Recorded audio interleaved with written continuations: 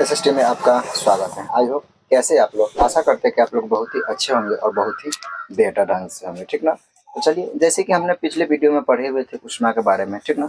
और ऊष्मा के बारे में हम लोग अच्छी तरह से पूरे बारीकी बारीकी में हम लोग पढ़े हुए थे और देखे हुए थे कि किस मौसम में किस प्रकार का मतलब वस्त्र पहनना चाहिए।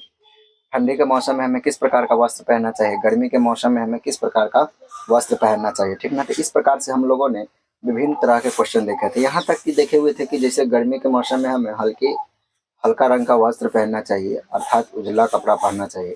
लेकिन वही हमको गर्मी के मौसम में यानी कि गर्मी के मौसम में हमें भारी कपड़ा पहनना चाहिए, अर्थात यानी कि रंग यानी कि भूरे रंग का कपड़ा पहनना चाहिए, ठीक है। तो इस प्रकार से जैसे कि हम लोगों ने देखे हुए थे कि मतलब यह किस प्रकार से होता है। तो भूरे रंग के कपड़ा जो होता है उसमें क्या होता है, वायु जो होते हैं वह अपने ऊपर यानी कि वायु जो होते हैं वह वायु के संपर्क में यानी कि पूरे वह बीच में रहता है, ठीक ना। जिसके कारण से नहीं हवा बाहर निकलने देता है, नहीं ऑक्सीजन को यानी कि अंदर से बाहर और नहीं बाहर से अंदर ले जाने देता है, ठीक ना। तो इस प्रकार से उसके संपर्क टूट जाता है, जिसके कारण से हमारे शरीर में क्या मतलब उष्ण प्रदान करता है। यानी कि हमारे शरीर में क्या प्रदान करता है, उष्ण प्रदान करता है। जब हमारे शरीर में उष्ण प्रदान करता है तो जिसके कारण से क्या होता है, तो जिसके कारण से हमें हमारे शरीर को क्या मिलता है, गर्मी मिलता है, ठीक ना। इस प्रकार से हम लोगों ने यानी कि इस प्रकार से देखे हैं कि हम लोग का यानी कि ठंडी के मौसम में किस प्रकार से कपड़ा पहनना चाहिए कि हमारे शरीर को यानी कि उसमें यानी कि गर्मी आता है, ठीक ना। तो इस प्रकार से हम लोगों ने विभिन्न तरह के क्वेश्चन के देखे हुए थे और हमारे शरीर के टेम्परेचर के बारे में, स्केल सेल्सियस, चालक, अचालक, कुचालक, सभी चीज के बारे में हम पिछले वीडियो में पढ़ चुके हैं, ठीक ना। आज हम लोग को देखना है यानी कि आज हम लोग को चैप्टर न्यू चैप्टर पढ़ना है, जैसे कि लवण क्षार एवं यानी कि क्षारीय एवं लवण के बारे में पढ़ना है, ठीक ना। तो अब देखना है कि हमको अम्ल अर्थात एसिड क्या होता है। उसके बाद फिर हम लोग देखेंगे क्षार के बारे में, ठीक ना। उसके बाद फिर हम लोग लवण अर्थात साल्ट के बारे में देखेंगे। एसिड बेस एंड लवण, ठीक ना। चैप्टर का नाम है एसिड बेस एंड साल्ट, ठीक ना। तो किस प्रकार से होता है हम लोग उसको अच्छी अच्छी अच्छी बारीकी बारीकी से हम लोग देखेंगे और इसका पूरा यानी कि निचोड़ हम लोग देखेंगे, ठीक ना। जैसे कि हम लोग आप लोग के भी छोटा छोटा पार्ट लेके आते हैं ताकि आप लोग को अच्छी तरह से समझ में आ जाए, ठीक ना। और बारीकी बारीकी से समझ में अच्छी तरह से आ जाए, ठीक ना। तो चलिए सबसे पहले आज हम लोग चर्चा करते हैं कि अम्ल क्या है, ठीक ना। हम लोग को देखना है कि अम्ल क्या है और अम्ल मतलब किस प्रकार से होता है, ठीक ना। तो चलिए अम्ल के बारे में हम लोग चर्चा करते हैं। सबसे पहले हम लोग को देखना है कि अम्ल क्या है, यानी कि अम्ल अम्ल क्या है, ठीक है। अम्ल को इंग्लिश में हम लोग एसिड बोलते हैं। हम लोग को इंग्लिश में क्या बोलते हैं, एसिड। हम लोग को इंग्लिश में क्या बोलते हैं, तो हम लोग को इंग्लिश में हम लोग एसिड बोलते हैं, ठीक ना। अब हम लोग को देखना है कि एसिड क्या है, ठीक है। हम लोग को देखना है कि एसिड क्या है, एसिड के बारे में हम लोग को अच्छी तरह से देखना है, ठीक ना। तो अम्ल क्या होता है, वे पदार्थ जो होते हैं जो स्वाद में क्या होते हैं, यानी कि वे पदार्थ यानी कि वे पदार्थ जो जो स्वाद में वे पदार्थ जो स्वाद में खट्टा होता है, वे पदार्थ जो स्वाद में खट्टा होता है उसे उसे अम्ल कहते हैं, ठीक ना। अम्ल किसे कहते हैं, तो कहने का मतलब होता है कि वे पदार्थ जो स्वाद में खट्टा होता है उसे क्या कहते हैं, जो स्वाद में खट्टा होता है उसे हम अम्ल कहते हैं। जैसे में क्या आ जाएगा, इसमें जैसे में आ जाएगा, जैसे में नींबू, संतरा,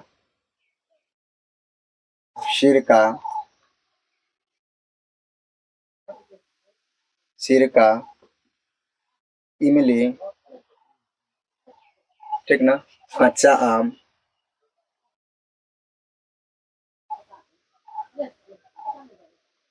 ETC, मतलब बहुत सारे। आखिर हम जितना एग्जाम्पल देंगे, जितना ज़्यादा एग्जाम्पल देंगे उससे उतना उतना ज़्यादा क्या होगा, आप लोग को बेहतर से बेहतर समझ में आएगा, ठीक ना। यानी कि जितना ज़्यादा एग्जाम्पल देंगे उतना ही क्या होगा, बेहतर समझ में आएगा, ठीक ना। तो चलिए सबसे पहले ये तो हम लोग जान गए कि अम्ल क्या है, ठीक ना। अब इसका हम लोग क्या करते हैं, एक दो गो अच्छा अच्छा पॉइंट हम लोग सबसे पहले जानते हैं, देखते हैं, ठीक ना।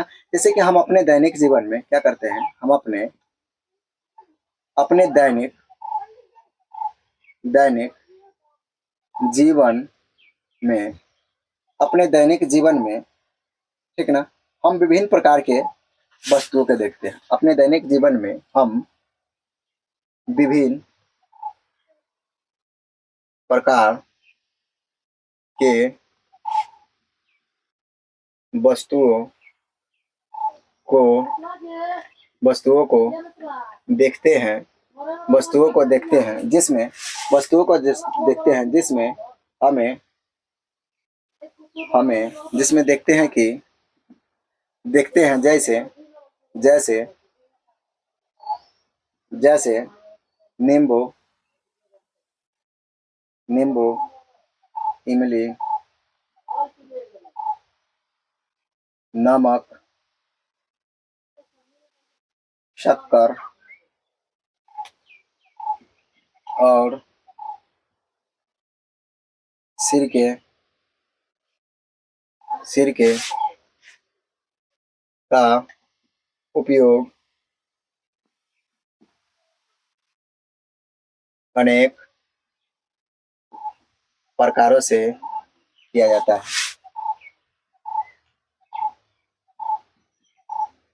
ठीक ना। जैसे कि इसमें हम 3-4 पॉइंट डाले, ठीक ना, 3-4 क्या पॉइंट डाले हैं। अब हम लोग को, हम जैसे कि हम अपने दैनिक जीवन में विभिन्न प्रकार के वस्तुओं को देखते हैं। क्या देखते हैं? विभिन्न प्रकार के वस्तुओं को देखते हैं। अब जैसे कि देखते हैं कि कौन सा पदार्थ खट्टा है या कौन सा मीठा है, ठीक है। जो स्वाद में खट्टा होता है उसको हम अम्ल बोलते हैं, जो स्वाद में कड़वा होता है उसे हम क्या बोलते हैं? जो स्वाद में कड़वा होता है उसी को हम लोग भस्म के नाम से जानते हैं। और जो स्वाद में मीठा होता है उसी को हम लोग, यानी कि वह भस्म के भी अंतर्गत आता है, ठीक ना। और क्या बोलते हैं? लवण। जो स्वाद में नमकीन होते हैं उसी को हम लोग लवण के नाम से जानते हैं, ठीक ना। इस प्रकार से विभिन्न सारे चीज देखने को मिलता है। जैसे कि हम लोग यहाँ पॉइंट डालेंगे, ये अब जैसे कि इसमें देखना है। अब हमको जैसे कि हम विभिन्न सारणी बनाते हैं और उसमें देखना है कि मतलब कौन सा खट्टा पदार्थ है और कौन सा अम्लीयता पदार्थ है। तो जैसे अब इमली हो गया, संतरा हो गया, सिरका हो गया, नींबू हो गया, कच्चा आम हो गया, ठीक ना। ये सब जो है, ठीक ना, ये सब कौन सा पदार्थ है? यहाँ पे अमला भी डाल सकते हैं, अमला, यानी कि ये सब कौन सा पदार्थ है? अमला हो गया, ठीक। यानी कि मतलब हम जितना से जितना एग्जाम्पल देंगे आप लोग को बेहतर से बेहतर समझ में आएगा, ठीक ना। यानी कि ये सब जो दिखाई देता है ये सब क्या है? तो ये सब जो है वो मुख्य रूप से क्या हो जाएगा? ये मुख्य रूप से यानी कि अम्ल के अंतर्गत आ जाएगा। चलिए इसमें 2-3 पॉइंट और डाल देते हैं। जैसे कि क्या हो जाएगा? जैसे कि हम डाल देते हैं यहाँ पे अंगूर, तो अंगूर भी हो जाएगा, वो भी क्या हो जाएगा? वो भी अम्ल के ही अंतर्गत रहता है। और ये सारे चीज के हम बारे में बताएंगे, ठीक ना। उसके बाद क्या हो जाएगा? आम, कच्चा आम हो गया। कच्चा आम के बाद क्या दे देते हैं? कच्चा आम के बाद आंवला। हाँ, आंवला भी है, आंवला वो भी खट्टा है, ठीक ना, आंवला, ठीक है। यानी कि ये सारी चीज जो है यह अम्ल के अंतर्गत आता है। यानी कि वे पदार्थ जो होते हैं जो स्वाद में क्या होता है? खट्टा होता है, उसे हम अम्ल कहते हैं, ठीक ना, उसे हम अम्ल कहते हैं। यानी कि अगर इसका देखा जाए तो इसका पीएच मान जो होता है वह जिस प्रकार से जो जैसा है उसका पीएच मान हम लोग जो है वह अलग अलग प्रकार के बताएंगे। लेकिन स्पष्ट यानी कि हम इस प्रकार से देख सकते हैं कि अगर इसका पीएच मान देखते हैं, जो स्वाद में खट्टा होता है जिसका पीएच मान 7 से क्या होता है? कम होता है। तो जो स्वाद से कम होगा वह क्या होगा? वह स्वाद में खट्टा होता है। जो 7 से अधिक होगा वह स्वाद में क्या होता है? कड़वा होता है। लेकिन जो मुख्य रूप से जो साथ ही रहता है उसको हम क्या बोलते हैं? उसको उदासीन बोलते हैं, ठीक ना। तो इस प्रकार से हम लोग बारीकी बारीकी से आगे आगे चल चल के हम क्या करेंगे? इसको देखेंगे, ठीक ना। इसको बारीकी से हम लोग क्या करते हैं? बारीकी से आगे देखेंगे, ठीक है। यानी कि वैसे पदार्थ जो स्वाद में खट्टा होता है उसे हम क्या कहते हैं? उसे हम अम्ल कहते हैं। और इसका यानी कि क्योंकि इसमें अम्ल और इसी को अम्लीयता कैसे कहते हैं? तो इसी क्रिया को हम लोग क्या कहते हैं? इसी इसी क्रिया को हम लोग, ठीक ना, इसी क्रिया को हम लोग क्या कहते हैं? इसी क्रिया को हम लोग अम्लीयता के भी नाम से जानते हैं। यानी कि ऐसे, यानी कि क्या कहते हैं? इसका रासायनिक नाम जो होता है, ठीक ना। जैसे क्योंकि अम्ल, यानी कि यहाँ पे देखते हैं कि अम्ल, ठीक ना, अम्ल यानी कि अम्ल जिसको एसिड बोलते हैं, एसिड होते हैं, ठीक ना, एसिड होते हैं, एसिड होते हैं, ठीक ना। एसिड शब्द का उत्पत्ति लैटिन भाषा से हुआ है। एसिड शब्द का उत्पत्ति जो होता है, यानी कि इसका एसिड जो होता है इस शब्द का उत्पत्ति, यानी कि इसका उत्पत्ति लैटिन भाषा से हुआ है। इसका उत्पत्ति क्या हुआ है? इसका उत्पत्ति जो मुख्य रूप से लैटिन भाषा यानी कि एशियर से हुई है। क्या चीज से हुई है? लैटिन भाषा। इसका लैटिन भाषा, अच्छा यहाँ पे क्या है? एशियर, एशियर से हुआ है। इसका लैटिन भाषा कहाँ से हुआ है? यानी कि एशियर से हुआ है, ठीक ना। जिसका अर्थ क्या होता है? और ये एशियर जो होता है इसका अर्थ क्या होता है? एशियर, ठीक ना। इसका अर्थ होता है खट्टा। इसका अर्थ क्या होता है? इसका अर्थ जो होता है वो मुख्य रूप से खट्टा होता है, ठीक ना। तो इस प्रकार से हम लोग देखे हैं कि अम्ल जो लैटिन भाषा से इसका उत्पत्ति हुआ है, जिसका स्वाद क्या होता है? खट्टा होता है, ठीक ना। यानी कि और यह जो होता है यानी कि इन पदार्थों में अम्ल प्राकृतिक यानी कि यह प्राकृतिक रूप में पाए जाते हैं, ठीक ना। मतलब बहुत सारे जो होते हैं वो क्या चीज होता है? वह प्राकृतिक रूप में पाया जाता है, ठीक है। यानी कि इसका जो होता है इसका रासायनिक प्रक्रिया यानी कि ये जो होता है रासायनिक प्राकृतिक में यह अम्लीयता होता है। ऐसे पदार्थ, ठीक ना, ऐसे पदार्थ को ऐसे पदार्थ यानी कि ऐसे पदार्थ इसके आगे क्या? ऐसे पदार्थ की रासायनिक ऐसे पदार्थ की रासायनिक अम्लीयता होती है। रासायनिक क्या होती है? अम्लीयता, अम्लीयता, अम्लीयता होती है। क्या होती है? अम्लीयता होती है, ठीक ना। यानी कि ऐसे ऐसे प्राकृतिक जो होता है जिसका क्या होता है? प्राकृतिक मुख्य रूप से यह अम्लीयता होता है, ठीक है। इस प्रकार से हम लोगों ने देखे हैं कि मतलब अ, अम्ल क्या होता है, ठीक ना। और अम्ल के हम लोग बारे में देखे हैं कि अम्ल क्या होता है। इस प्रकार से हम लोगों ने देखे हैं कि अम्ल जो होता है वो मुख्य रूप से स्वाद में क्या होता है? अम्ल जो होता है मुख्य रूप से वह स्वाद में खट्टा होता है, ठीक ना।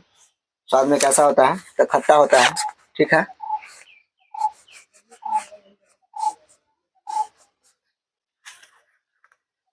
ठीक है, तो चलिए अब हम लोग आगे देखते हैं। आगे हम लोग को देखना है कि भस्म, आगे क्या चीज के बारे में देखना है? तो आगे हम लोग को देखना है कि भस्म क्या है, ठीक है। भस्म या क्षारक, भस्म या हम लोग क्या चीज देखते हैं? भस्म, भस्म या क्षारक। भस्म या क्षारक क्या है? इसको इंग्लिश में हम लोग क्या बोलते हैं? बेस। इसको इंग्लिश में क्या बोलते हैं? एसिड, ठीक है। हम लोग को बेस के बारे में देखना है, ठीक है। बेस क्या होता है? हम लोग किसके बारे में देखना है? तो बेस के बारे में देखना है कि बेस क्या होता है, ठीक है। तो कहने का मतलब ये होता है कि वे पदार्थ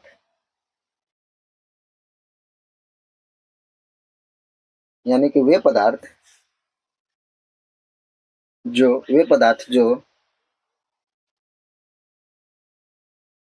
स्वाद में कड़वा होता है, वे पदार्थ जो स्वाद में कड़वा होता है, कड़वा कड़वा होता है, उसे क्षार मतलब उसे हम बेस कहते हैं।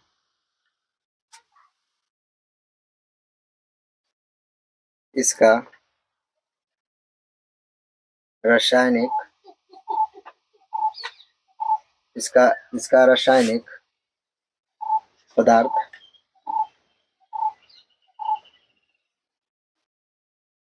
क्षारीयता कहलाती है। क्षारीयता कहलाती क्या कहलाता है? तो क्षारीयता कहलाती है, ठीक ना। क्षारीयता कहलाती है। पॉइंट में डालते हैं जिसको स्पर्श करने पर साबुन जैसे जिसके स्पर्श करने पर साबुन जैसे लगते हैं, यानी कि जैसे साबुन जैसे दिखाई देते हैं, दिखाई साबुन जैसे क्या होता है? साबुन जैसे दिखाई देती है, ठीक ना। साबुन जैसे दिखाई देती है, इसी को हम लोग क्या कहते हैं? इस क्षार के अंतर्गत आता है, ये सभी क्या आता है, तो ये सभी जो होता है मुख्य रूप से क्षार के अंतर्गत आता है, ठीक ना। कहने का मतलब होता है कि वे पदार्थ जो स्वाद में क्या होता है कड़वा, वे पदार्थ जो स्वाद में कड़वा होता है, ठीक ना, जिसे हम क्या कहते हैं, जिसे हम क्षार कहते हैं, इसका प्राकृतिक जो होता है, इसका रासायनिक प्राकृतिक जो होता है वो क्षारीयता होता है। इसका साफ साफ स्पष्ट होता है कि मतलब वैसे पदार्थ जिसको छूने पर या जिसको स्पर्श करने पर फेन के जैसे, यानी कि इस तरह से हम लोग करते हैं तो क्या होता है, वह फेन की तरह उसमें से वह दिखाई देता है, क्या चीज की दिखाई देता है, फेन की तरह, तो समझ जाएंगे कि वह क्या है, क्षार है। इसे कहने का मतलब है, जैसे माना कि गर्मी के जब समय आता है तो खाना वाना बनता है, गर्मी का समय आता है तो क्या होता है, खाना वाना बनता है, ठीक ना, खाना बनता है। और जब खाना बनता है तो दाल के या सब्जी के देखते हैं कि उसमें से उजला उजला बुझबुज्जा निकलने लगता है, ठीक ना, क्या निकलता है, बुझबुज्जा निकलने लगता है। जो या इस प्रकार समझते हैं, जो खाना क्या होता है आपस में खाते हैं और उसको छोड़ देते हैं बिना ढके हुए, छोड़ देते हैं, वह कुछ समय के पश्चात यानी कि 24 घंटा या एक दिन के बाद जब देखते हैं उस खाने में तो क्या होता है, वो खाना में क्या होता है, वह थोड़ा बुझबुझा टाइप में आने लगता है, यानी कि सामुनी जैसे उसका आकार आने लगता है। इससे स्पष्ट पता चलता है कि दाल खराब हो गया हुआ है, मतलब उसमें क्या हो गया हुआ है, उसमें बेस छा गया, उसमें क्या छा गया हुआ है, बेस छा गया हुआ है। जिससे पूरा स्पष्ट होता है कि अब इसमें बेस छा गया है, इसमें यानी कि इसकी प्राकृतिक क्षारीयता हो जाता है। और यह जब हम लोग खाना खाएंगे तो क्या होगा, जिससे हम खाना खाते हैं तो हमारे शरीर को क्या होता है, इन्फेक्टेड पहुंचाता है, यानी कि क्या पहुंचाता है, इन्फेक्टेड पहुंचाता है, ठीक ना। इस यानी कि इस प्रकार से हम लोगों ने देखे, मतलब कोई भी चीज जब अरुआ जाता है, कोई भी चीज क्या होता है अरुआ जाता है, तो इससे स्पष्ट होता है कि वह क्या होता है, उसमें यानी कि बेस पाया जाता है, उसमें क्या पाया जाता है, तो उसमें बेस पाया जाता है, जिसके कारण से क्या होता है, कोई भी भोजन जो होता है मुख्य रूप से क्या हो जाता है, तो कोई भी भोजन जो होता है वह मुख्य रूप से खट्टा हो जाता है, मुख्य रूप से क्या होता है, तो वह खट्टा हो जाता है, ठीक ना। तो इस प्रकार से हम लोगों ने देखे हैं क्या बोलते हैं क्षार के बारे में, ठीक ना। अब जैसे कि इसका यानी कि ये जो होता है इसके यानी कि जैसे कि ये सब चीज क्या चीज में आता है, जैसे बेकिंग सोडा मान लेते हैं, ठीक ना, इसमें मान लेते हैं बेकिंग सोडा, यानी कि बैंकिंग सोडा, ठीक है। मतलब अगर बैंकिंग सोडा जो होता है ये यानी कि यह क्षारीयता के अंतर्गत आता है, ठीक ना। यानी कि क्या करता है, सोडा जो होता है यह कैसा पदार्थ है, तो यह स्वाद में भी खट्टा है, यानी कि ये जो होता है ये मुख्य रूप से स्वाद में भी क्या है, यह खट्टा भी है, ठीक ना। लेकिन जब इसको हम कोई भी चीज में डालते हैं तो डालने के कुछ समय के बाद क्या होता है, यानी कि इसका यानी कि ये जो होता है इसका स्वाद कैसा हो जाता है, इसका स्वाद मुख्य रूप से कड़वा हो जाता है, इसका स्वाद कैसा हो जाता है, इसका स्वाद जब मुख्य रूप से हो जाता है ये क्या होता है, कड़वा होता है, ठीक ना, यानी कि कड़वा होता है, ठीक है, कड़वा होता है, ठीक है। इस प्रकार से हम लोगों ने इसका देखा है, यानी कि बहुत सारे पदार्थ जो होते हैं जो स्वाद में क्या होता है, जैसे मान लेते हैं सब्जी, मान लेते हैं क्या, मान लेते हैं सब्जी होता है, कभी कभी सब्जी इतना तीखा हो जाता है, कभी कभी सब्जी कितना होता है, इतना तीखा हो जाता है, ठीक ना। तो क्या होता है वे यानी कि वे कड़वा अर्थात तीखा, कड़वा अर्थात इसका कड़वा अर्थात इसको क्या बोलते हैं, तीखा, ठीक ना, जो तीखा होता है। तो सब्जी भी अचानक तीखा होता है, ये क्या कहलाता है, ये भी भस्म के ही अंतर्गत आता है, ये भी क्या चीज के अंतर्गत आता है, तो मुख्य रूप से ये भी जो होता है मुख्य रूप से भस्म के अंतर्गत आता है, ठीक ना। अब हम लोग को देखना है, या हम तो देख लिए क्या बोलते हैं अम्ल एवं क्षार देख लिए, हम लोग को अब क्या चीज थोड़ा लवण के बारे में देखना है कि लवण क्या होता है, ठीक ना। और यानी कि अब लवण जो होता है कि वैसे पदार्थ जो स्वाद में नमकीन होता है, वैसे पदार्थ जो स्वाद में क्या होता है, नमकीन होता है, तो उसको हम क्या बोलते हैं, उसको हम लोग यानी कि लवण बोलते हैं, उसको क्या बोलते हैं, तो उसको हम लोग क्या बोलते हैं, लवण बोलते हैं, ठीक ना। इस प्रकार से यानी कि हम लोग देखे हैं कि अब मान लेते हैं, अब हम लोग क्या देखना यानी कि अम्ल एवं क्षार, चलिए हम यहाँ पे भी पॉइंट थोड़ा बनाते हैं। जैसे माना कि हम देखते हैं कि यानी कि लवण प्लस अम्ल, लवण प्लस सॉरी क्या बोलते हैं अम्ल प्लस भस्म, ठीक ना, अम्ल प्लस भस्म, ये दोनों एक साथ मिलेगा, अम्ल प्लस भस्म जब एक साथ दोनों मिलेगा तो ये क्या कहलाता है, लवण कहलाता है, यह क्या कहलाता है, लवण कहलाता है।